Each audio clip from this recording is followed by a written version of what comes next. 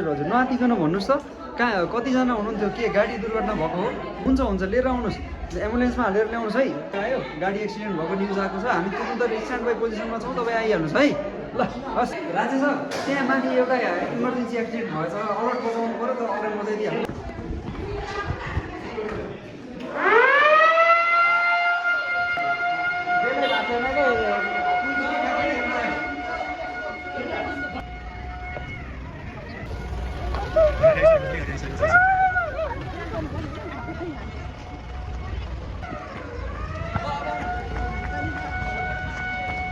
स्वास्थ्य कर्मीहरू एकदम कम्ती अवस्थामा हुनुहुन्छ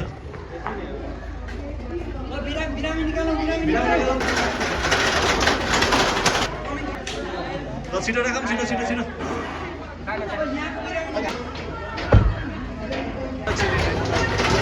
छिटो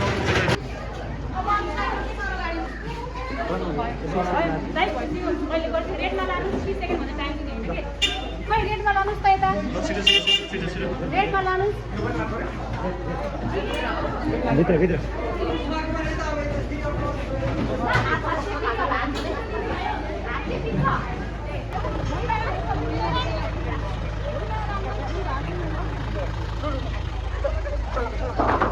ल छिटो छिटो छिटो इमर्जेन्सीमा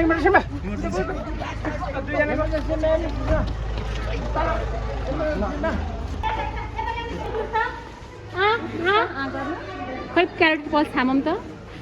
पल्स छैन ब्ल्याक नै लानु ब्ल्याक ब्ल्याक नै लानु ब्ल्याक हो ब्ल्याक यतातिर ल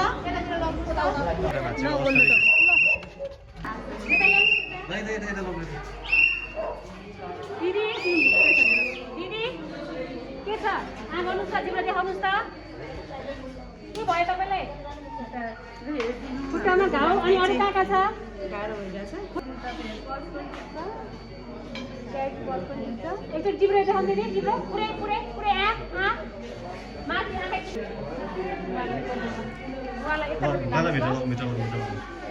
यता येल्लो जोनमा लाग्नुहोस् त येल्लो जोनमा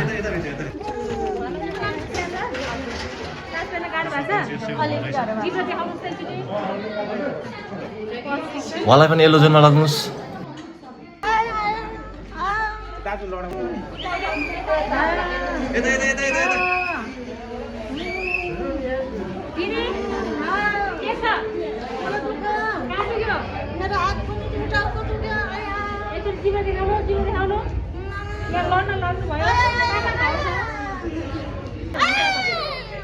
उहाँलाई यता ग्रिन जोनमा लाग्नुहोस् यहाँ थाहा चाहिँ कुन जोनकोले गर्ने हो कि के छ बिरामीको अवस्था डाक्टर साहबको अवस्था कस्तो छ अलि सिरियस छ चोट लागेको छ टाउकोमा हजुर हामी बचाउने उ गरिरहेको छौँ उसको एयरवे मेन्टेन गर्न कोसिस गरिरहेको छौँ हजुर हजुर एयरवे म्यानेजमेन्ट पछि भन्छु अहिले एकछिन बस्नुपर्छ ए हुन्छ तपाईँहरू बस्दैन होला म छिटो छिटो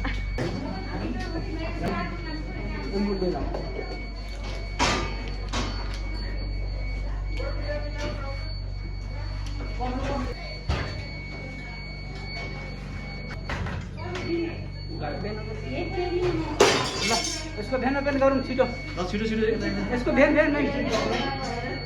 भेन गरौँ ड्रग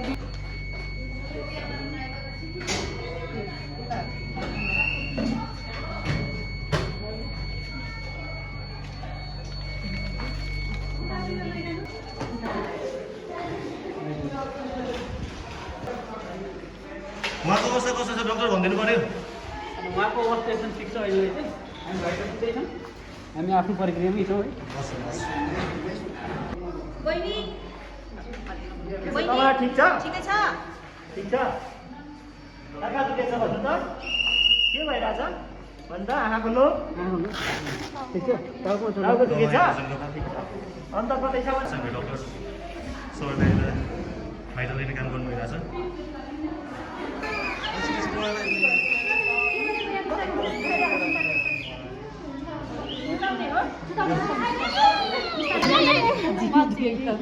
बिस्तारै बिस्तारै बिस्तारै बिस्तारै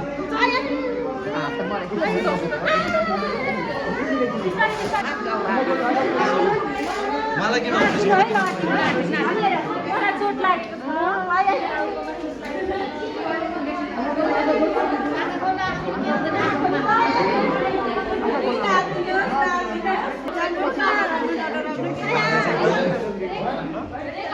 एकदम बढी छ जस्तो छ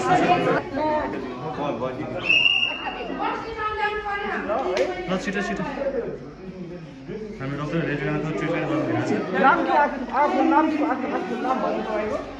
मेरो नाम कल्पना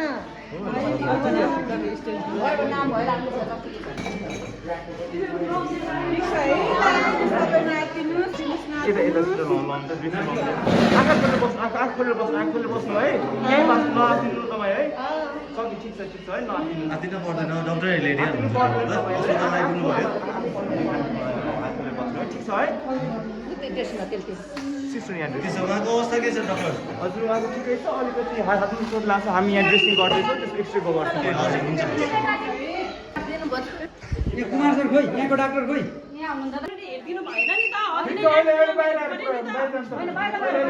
भेट नगरिदिनु भेट एकदम कन्ट्रोल गर्ने कोसिस गर्नु भइरहेछ हाम्रो अस्पतालको कार्यालय प्रमुख चाहिँ बिरामीको अवस्था के कस्तो छ सबै डक्टरहरूलाई बुझ्न जानु भइरहेको छ के छ अवस्था बिरामीको अहिले कतिजना हुनुहुन्छ हामीले पनि ड्रग्स म्यानेज गरिसकेपछि उहाँको अवस्था अहिले नर्मल छ अनि उहाँलाई घाँटीमा चोट लागेको कारणले उहाँलाई हायर सेन्टरमा पठाउनु पर्ने भयो सर्भाइभल इन्जुरीमा छ यो यसको चाहिँ यो एकदमै गम्भीर घाइतेको रूपमा उहाँले भर्ना गर्नुभयो त्यसपछि उहाँलाई हामीले एयरवे प्रोटेक्ट गर्ने कोसिस गऱ्यौँ त्यसपछि हामीले ड्रग्स पनि पुस गरिसकेका छौँ हामीले दिनुपर्ने इमर्जेन्सीमा दिनुपर्ने दबाईहरू हामी दिइसकेछौँ उहाँलाई अब अहिले तपाईँको इन्टिग्रेट गरिसकेका छौँ हामीले अनि उहाँलाई भेन्टिलेटरको सपोर्ट चाहिने भएकोले हामी दुईवटा केस यहाँ उहाँलाई पनि हामी हायर सेन्टरमा रिफर गर्नलाई चाहिने सीता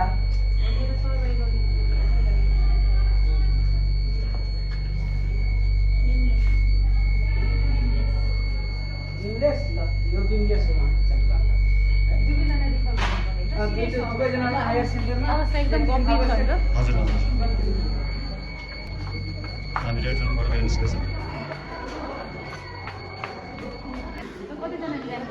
हामीसँग दुईवटा बिरामी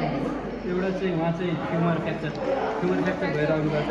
त्यति बेला उहाँ आउँदाखेरि चाहिँ उहाँको जिसिएस ठिकै थियो भाइटल्सहरू पनि अहिले हामीले स्लाइन जोडेर भाइटल्स ठिक छ पहिला आउँदा चाहिँ अलिकति हाइपोटेन्सिभ ग्राफ थियो अनि अब हामीले चाहिँ त्यसमा टिटी इन्जेक्सन डिग्लोहरू दियौँ इन्फ्युजनमा राखेका छौँ आर्मस्लिङहरू हामीले लाउँदैन त्यसपछि त्यो बिरामीको चाहिँ अब हामी चाहिँ लेगको चाहिँ लेफ्ट लेगको चाहिँ एपिलेटरल एक्सरे चाहिँ पठाउने यो चाहिँ हाम्रो सब्सिडीहरू हुँदो रहेछ उहाँको सनातन भइसक्यो हाम्रो हेड इन्जुरी भएको छ हेड इन्जुरी हुँदा अनकन्सियस अवस्थामा हुनुहुन्छ डिस्टेन्स एकदम कम्ती हुन्छ त्यो गरेर आयो त्यसपछि आएर हामीले चाहिँ अब त्यस्तो भएको अहिले चाहिँ उहाँ एकदम कन्सियस अवस्थामै हुनुहुन्छ अब हामी सिटी र एमआरआई गर्ने चाहिँ उद्देश्यमा छैन त्यस्तो रिफर गर्नुपर्ने ठिक छ पेसेन्टको अवस्था ठिक छ अब हामी अझ आफ्नो गर्ने कुरा गर्दै नै छौँ है कतिजना हुनुहुन्छ अनि हाम्रो एउटा चाहिँ खुट्टाको फ्र्याक्चर लिएर आउनु भएको छ अनि एउटा चाहिँ टाउको दुखेर आउनु भएको छ अनि टाउकोमा हल्का चोट लागेको छ त्यसपछि एल्बो रिजनमा एभरेज हुन्छ सबै भाइटलहरू स्टेबल ठिक छ रिलाइजरमा उहाँको डेथ भइसक्यो आउँदै डेथ भइसकेको थियो उहाँलाई कति डेथै सर्टिफाइड गरिन्छ अब उहाँको आफन्तलाई चाहिँ बुझाउन बाँकी छ अब इन्फर्म गर्न बाँकी छ ब्लडको डेथै थियो हामीले रिसिभ गर्दै थियो हाम्रो बिरामी कसरी हुन्छ डक्टर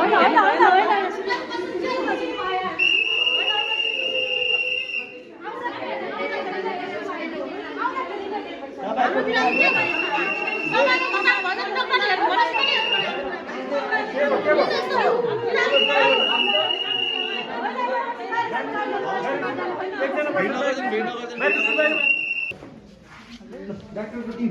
अहिले चाहिँ एक्सिडेन्ट भयो, बोलेरो एक्सिडेन्ट भएर चाहिँ हाम्रो टोटल 8 जना बिरामीहरू आउनुभएको थियो होइन। अनि त्यसमध्ये चाहिँ हामीले 2 जना चाहिँ रेड जोनमा हुनुहुन्छ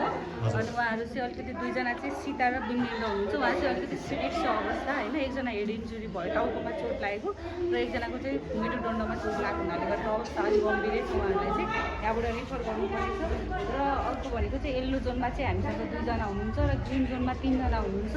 र अनि त्यसपछि गएर चाहिँ ब्ल्याक जोनमा 1 जनाको चाहिँ डेथ नै भएर आउने बित्तिकै नै र 2 जनाको अवस्था चाहिँ एकदम गम्भीर भएको हुनाले गर्दाखेरि चाहिँ हामीले चाहिँ छिटै नै काठमाडौँ चाहिँ रिफर गर्न लागिरहेको छौँ भने अरू बाँकी चाहिँ स्टेबल नै हुनुहुन्छ। ए हजुर हुन्छ